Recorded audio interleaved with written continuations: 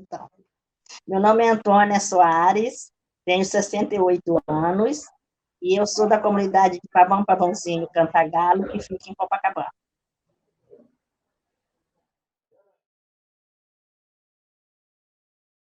Eu nasci em Passo do Lumiar, no Maranhão. Então, eu nasci no Maranhão, vim para o Rio de Janeiro aos 22 anos de idade, e aqui eu acabei casando, tendo os meus filhos, e meu marido, na época, já morava aqui no Pavão, e aí eu vim morar no Pavão. Quando foi em 82, os meus filhos foram para a escolinha Jardim de Infância, que tinha aqui dentro da própria comunidade, né, que era a Escola São Pedro, e através da escola eu entrei para o grupo de conselho de mães e educadores e comecei a fazer parte de algumas atividades na comunidade. Mas quando foi em final de 83, em dezembro de 83, houve um desastre com uma caixa d'água que deslizou aqui na comunidade, mais no Pavãozinho, e aí eu fiquei como voluntária, ajudando as pessoas, né, distribuição de comida, distribuição de roupa, e aí depois eu fui, inclusive, para um ambulatório que nós tínhamos para ajudar na fazer curativo nas pessoas que ficaram feridas, e aí eu fui me envolvendo com a comunidade. Quando foi em 84, houve eleição para a Associação de Moradores, e eu fui convidada a integrar uma das chapas, e essa chapa ganhou, e eu entrei para a Associação de Moradores como secretária do presidente. E aí, nunca mais eu parei, venho nessa trajetória toda, né, de trabalho comunitário, mas né, nesse tempo todo, só em Pavão e Pavãozinho. Eu só fui conhecer, me envolver com o trabalho no Cantagalo, quando nós fundamos o Museu de Favela, que foi em 2009, nós fundamos o Museu de Favela, e aí eu passei a trabalhar mais direcionado também com o Cantagalo. Então, hoje em dia, eu me considero moradora de Pavão, Pavãozinho e Cantagalo, até porque, como Museu de Favela, nós somos um território só, não existe essa separação de Pavão, Pavãozinho e Cantagalo. Nós consideramos Pavão, Pavãozinho e Cantagalo como um território único. Na época era bastante difícil. Para mim, então, eu nunca tinha morado numa comunidade de favela, assim como aqui no Rio, em Pavão.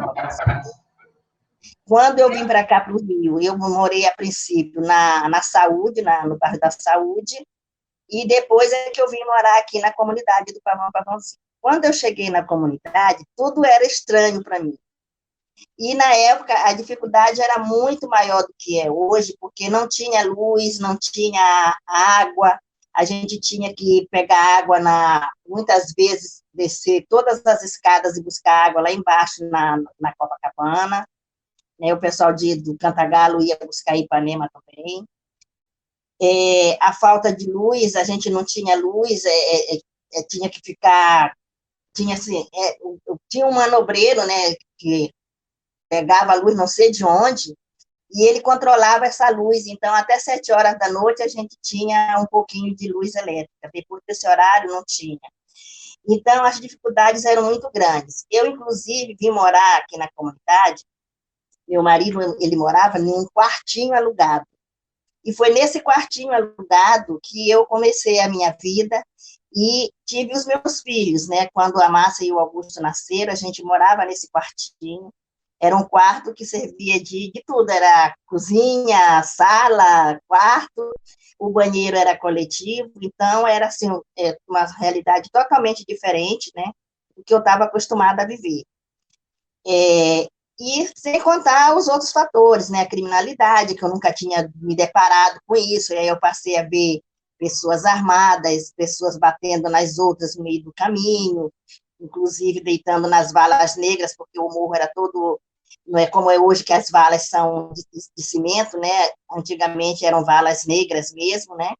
Então, isso para mim foi assim muito estranho e eu demorei para me acostumar. Eu chorei muitas vezes subindo o morro, e olha que eu morava logo no início, né, na subida, eu morava mais ou menos, que é hoje a Avenida Pavão Pavãozinho, eu não precisava subir muitas escadas, mas era uma realidade assim, totalmente diferente do que eu tinha vivido até então.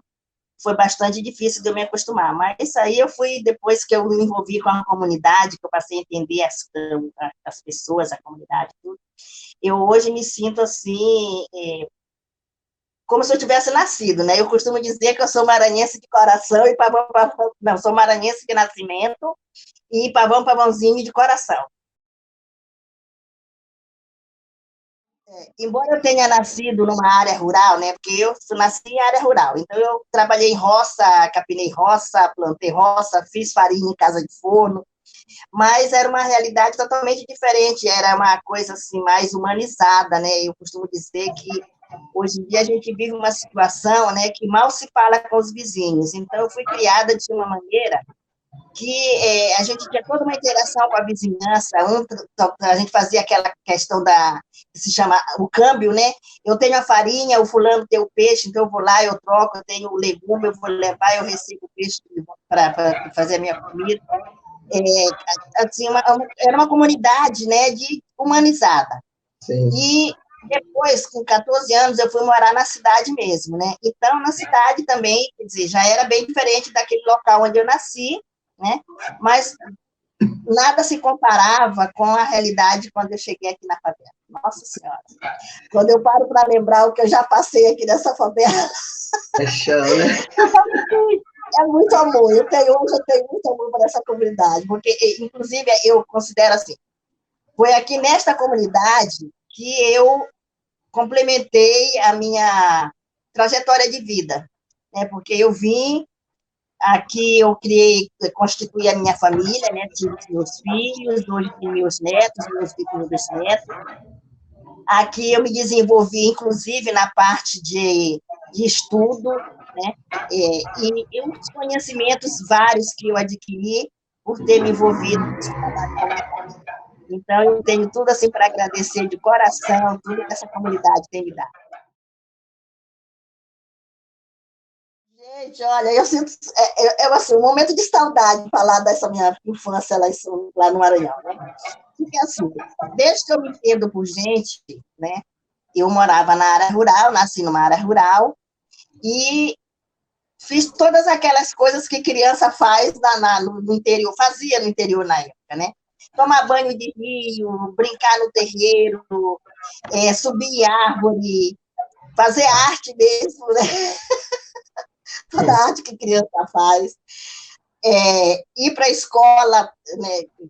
Era uma professora só para um monte de todas as turmas, e a gente era tudo misturado e todo mundo dava certo. Então, era muita brincadeira. Eu tenho, assim, saudade da minha infância. Quando era de noite, noite de lua, né? Os nossos pais, avós, eles sentavam na porta, naqueles banquinhos que eram feitos de pau mesmo, né? E enquanto eles conversavam, jogavam conversa fora, nós brincávamos de essas brincadeiras de criança, né? Pique, amarelinho, esconde-esconde, brincava de roda. As festas juninas, meu Deus, era assim esperada com muita ansiedade, porque era fogueira, dança, brincadeiras, comilança. Então, eu me lembro assim com muita alegria e muita saudade dessa época da minha infância. Foi muito gostosa. Então, essa minha história de trabalho é muito engraçada também. Até então, quando eu vim para o Rio, eu nunca tinha trabalhado fora. Então, eu cheguei aqui no Rio, vim a passeio, eu tinha que passar um mês aqui e voltar. E eu vim para a casa de uma tia minha, e aí, quando eu cheguei, uma prima minha ficou botando na minha cabeça que era para eu ficar. Aí eu falei, não, Vera, eu tenho que voltar, minha tia lá de São Luís falou que eu tenho que voltar, a tia Olga não vai deixar eu ficar aqui. Aí ela falou que nada, vamos arrumar um emprego para você, aí quando você estiver com o emprego, você fica. E assim nós fizemos, a tia saía para trabalhar e nós saíamos para o mundo para procurar emprego. E aí eu fui um dia na loja brasileira, que ficava aqui em Copacabana, e eles estavam aceitando funcionários. Aí eu fiz um teste e passei nesse teste. Aí, quando eu passei a ver, ai, Antônia, agora a gente vai arrumar suas coisas para vocês, só vai contar para a tia quando você já tiver com tudo certinho para começar a trabalhar. E assim nós fizemos, né? Aí tinha que comprar roupa, calçado, tudo, a loja indicou que precisava. maquiagem, porque a gente trabalha maquiado e tal.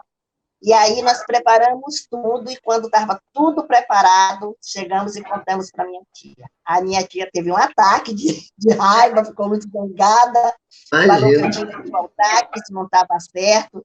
Aí a Vera, minha prima, conseguiu fazer com que a tia deixasse eu trabalhando para fazer uma experiência. Se não desse certo, eu saía do emprego e voltava para São Luís.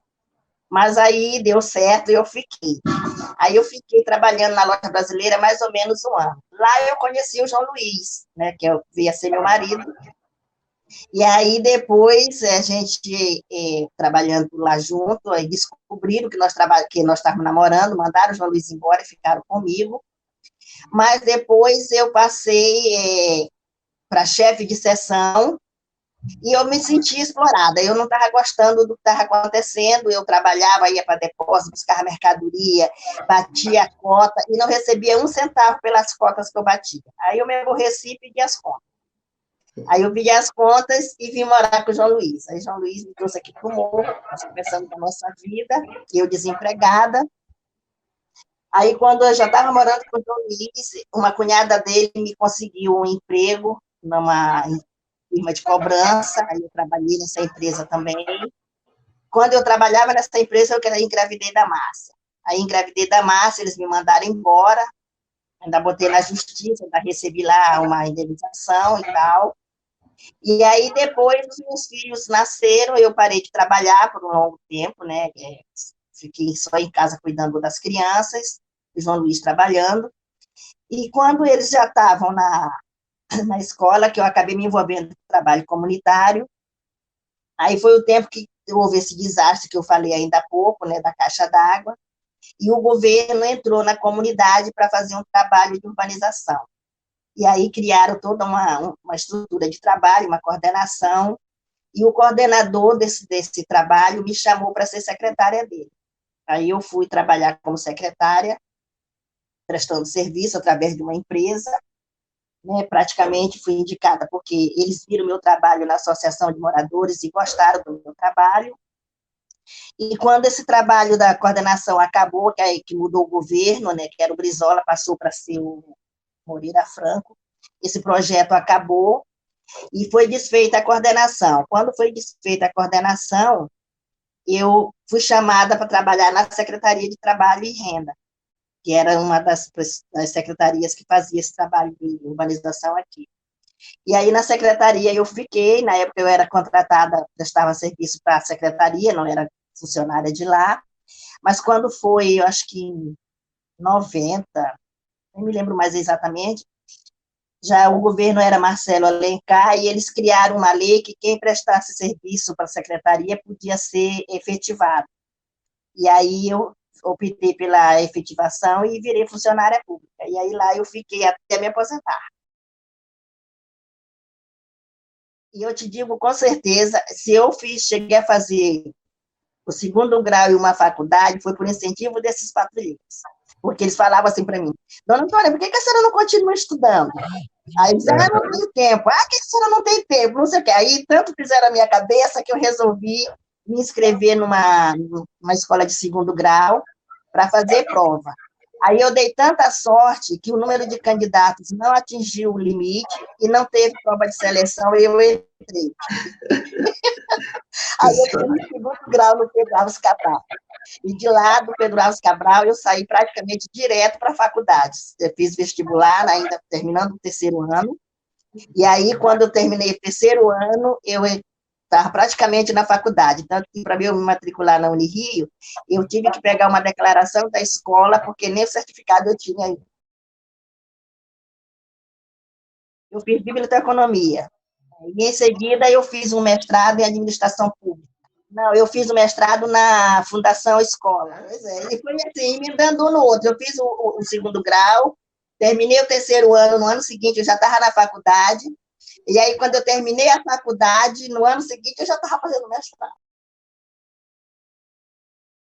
Ficando em casa, eu estou até assim, eu estou dizendo que eu nunca fiquei tanto em casa como dessa vez, né? Porque a minha vida era praticamente na rua direto, né? Trabalhando, fazendo reunião, essas coisas todas.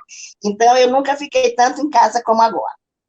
ficando em casa, eu intensifiquei essa questão de trabalhar no meu artesanato, tenho lido bastante, acompanhado as coisas, né? Até porque, como eu não estou saindo, né? Eu tenho ficado em casa, então eu estou acompanhando as coisas mais mesmo pela televisão, pelo que a gente ouve falar, me cuidando, né? Mas eu tenho investido muito na questão do artesanato. Tenho feito bastante máscara, já fiz algumas doações, tenho vendido também. Então, assim, eu digo que a minha produção de artesanato aumentou. Quando essa pandemia passar, eu vou precisar montar uma loja para vender tudo que eu tenho pronto. Olha só, eu procurei vários modelos, né? Eu estou trabalhando mais com aquele modelo mesmo, tipo cirúrgico, né? Que faz aquelas preguinhas na frente. Sim. Estou trabalhando com esse modelinho. Eu vendi em casa Sim. e também coloquei numa banca de revista para vender. Vendi um número razoável e aí deu para tirar um trocadilho. Não, eu não participei de nenhuma atividade social.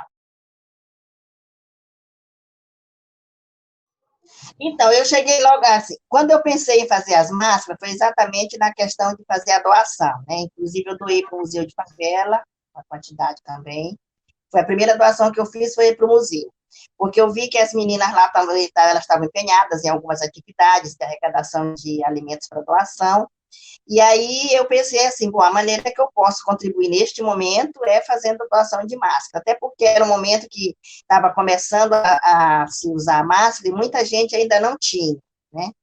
Então, eu comecei, tive a ideia de fazer, foi exatamente pensando nessa questão da doação. Como eu tenho muito tecido aqui em casa, eu disponibilizei para várias colegas que fazem também trabalho de artesanato, e doei bastante tecido também, e as colegas também fizeram bastante máscaras para doação e também para venda, né?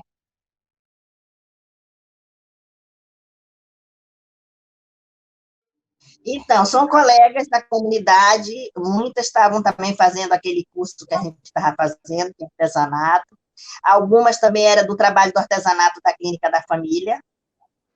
Então, assim, são vários grupos, né? A gente tem o grupo de artesanato da Clínica da Família, que infelizmente também está parado. Esse curso de artesanato que a gente estava tendo com o Instituto Musiva também, eles acabou parando, nem terminou.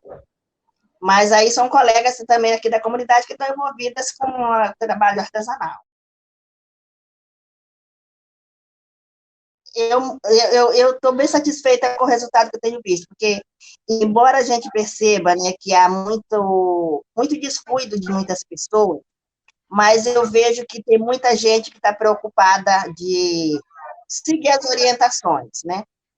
E, inclusive, nessa questão, por exemplo, das artesãs preocupadas em fazer máscara para sua família, para proteger os seus familiares, seus amigos, né? Eu ouvi de várias colegas, né, artesãs que vieram aqui buscar tecido, que elas estavam querendo fazer produção para a própria família. Então, eu vejo assim que é um momento que as pessoas estão mais preocupadas, eu acho que pelo fato do medo de ficar doente, de perder um ente querido, né? As pessoas estão mais solidárias umas com as outras. Eu percebo que está havendo isso sim, mais solidariedade. Inclusive, pessoas que não têm condição de comprar comida, né? Procuram umas às outras, sabe que está tendo cesta básica, indicam onde tem, manda escrever, coisas que eu não vi antigamente isso acontecer, era muito aquela coisa assim, eu estou precisando, é eu que, né, eu quero, eu vou, né, entendeu? Mas aí eu vejo muito essa questão assim, das pessoas se preocupando umas com as outras.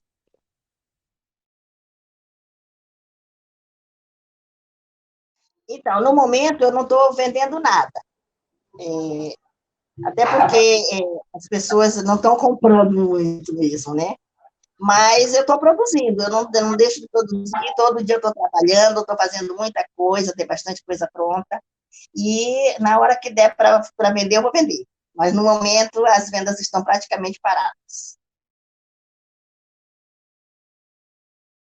O que eu espero daqui para frente é que realmente esse espírito solidário que está acontecendo no momento, ele continue entre as pessoas, né? Porque eu estou vendo que as pessoas estão mais preocupadas umas com as outras, né?